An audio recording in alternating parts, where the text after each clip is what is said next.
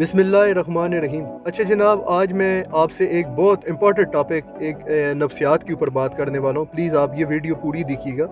یقین جانے جتنا میرے پاس نالج تھا، چاہے وہ امیگریشن کے حوالے سے تھا، چاہے وہ یورپ کے حوالے سے تھا، یا چاہے وہ یہاں کا نظام تھا۔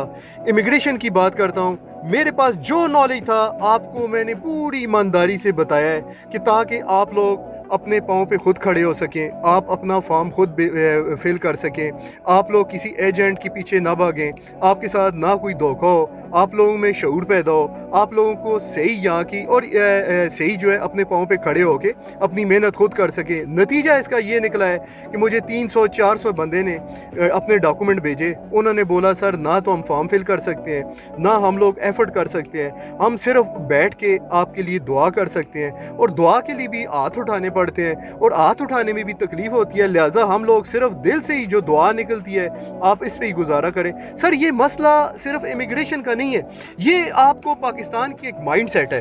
یہ آپ سیاست میں دیکھ لیں، سیاست میں بھی لوگ ایک دوسرے کو گالیاں نکالتے ہیں، لیکن ایک عام آدمی محنت کرنے کو تیار نہیں ہے۔ دفتروں میں آپ دیکھ لیں، ذاتی زندگی دیکھ لیں، اس کے پیچھے نفسیات کیا ہے؟ آج ساری میری ویڈیو اس کے اوپر ہے۔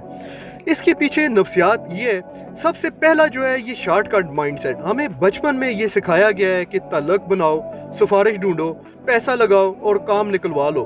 نتیجہ یہ نکلا کہ محنت کرنے کی بجائے دماغ شارٹ کٹ ڈھونڈنے لگ گیا ہے۔ فارم بھرنے کا آسان کام جو لوگ بڑی آسانی سے کر سکتے ہیں، اس کے لیے وہ ایجنٹ ڈھونڈتے ہیں۔ یہ ذہنیت ہمیں ہمیشہ دوسروں کا محتاج رکھتی ہے۔ دوسرا اس کی وجہ کیا ہے؟ ناکامی کا خوف۔ ہمارے ہاں ناکامی کو برا سمجھا جاتا ہے۔ اگر فارم میں کوئی غلطی ہوگی تو کیا ہوگا؟ لوگ ہنسیں گے، پیسے ضائع ہو جائیں گے، اور خوف اتنا بڑا ہے کہ لوگ کوشش ہی نہیں کرتے۔ لیکن حقیقت یہ ہے کہ ہر کامیابی کے پیچھے ہزاروں ناکامیاں چھپی ہوئی ہیں۔ جو ناکام ہونے کا حوصلہ نہیں رکھتا وہ کامیاب ہو ہی نہیں سکتا۔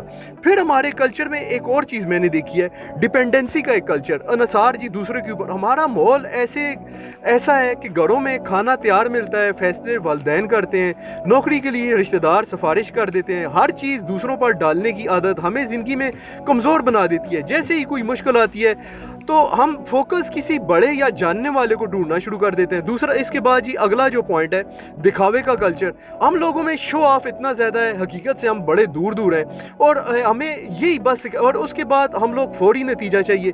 ہم لوگوں میں صبر نہیں ہے۔ ہمیں چاہیے کہ جی آج بیج ڈالیں، کل درخت نکلے اور پھل بھی مل جائے۔ لانگ ٹرم پلاننگ ہم لوگوں میں ختم ہو گئی ہے، اس لیے ہر دوسرا بندہ ڈائریکٹ کامیابی چاہتا ہے محنت کے بغیر، لیکن جو کامیابی شارٹ کٹ سے ملے وہ ہمیشہ عارضی ہوتی ہے۔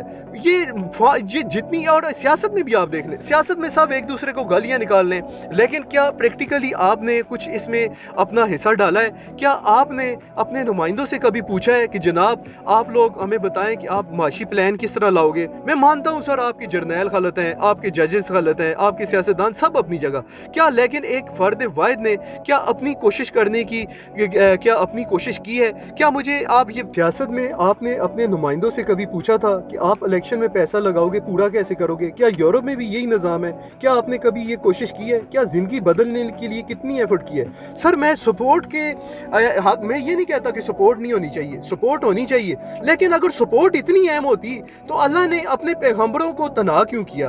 پہلے اللہ نے ان کو تنہا کیا، پھر اللہ نے بولا میں آپ کے ساتھ ہوں، یعنی ان میں ایک خود اعتمادی پیدا کی۔ اگر میں یہ چاہتا ہوں کہ آپ کو سپورٹ ملنی چاہیے، لیکن صرف سپورٹ ہی سپورٹ ہے تو سر پھر تو آپ کبھی بھی کچھ سیکھ ہی نہیں سکتے، آپ تو کبھی بھی آگے بڑھ ہی نہیں سکتے۔ ہماری قوم ایک بھیڑوں کی طرح ہے جو بس ایک ریوڑ کے پیچھے چلتی ہے، لیکن آپ یہ بھیڑوں کو ایک چراوے کی ضرورت ہے جو ان کو چرائے۔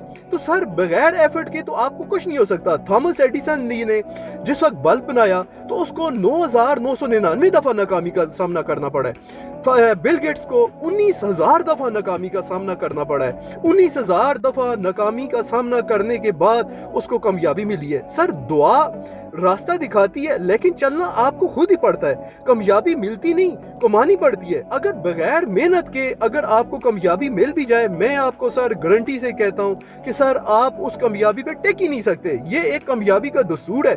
لوگ آپ پہ ہنسیں گے، لوگ آپ کا مذاق اڑائیں گے، سر آپ پہ تنقید ہوگی، سر یہ زندگی کا حصہ ہے۔ اس کے بغیر تو کامیابی سر آپ سیکھیں گے کیسے؟ پھر آپ تو بس ایسے ہی ڈیپینڈنٹ ہی رہو گے۔ تو سر میرا جو